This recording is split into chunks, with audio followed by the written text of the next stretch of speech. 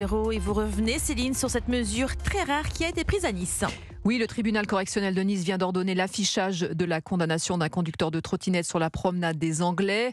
Le 29 juin dernier, un garçonnet ukrainien de 5 ans avait été fauché mortellement sur un passage piéton. L'auteur de l'accident a écopé de 3 ans de prison, dont 2 avec sursis. Frédéric Michel a affiché la condamnation, un message fort pour se souvenir et pour prévenir aussi.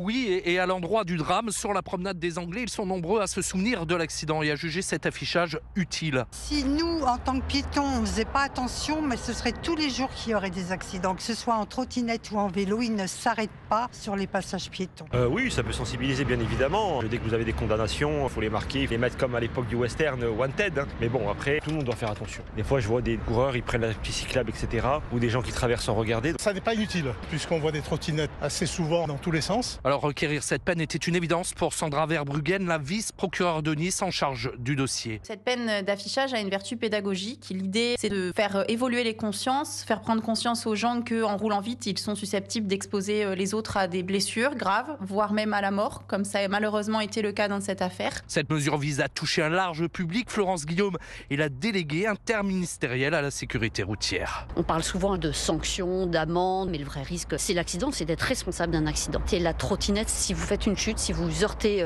le trottoir, les accidents peuvent être fatals. Et de l'avis de tous, il faut que cet affichage soit grand pour rendre la mesure efficace.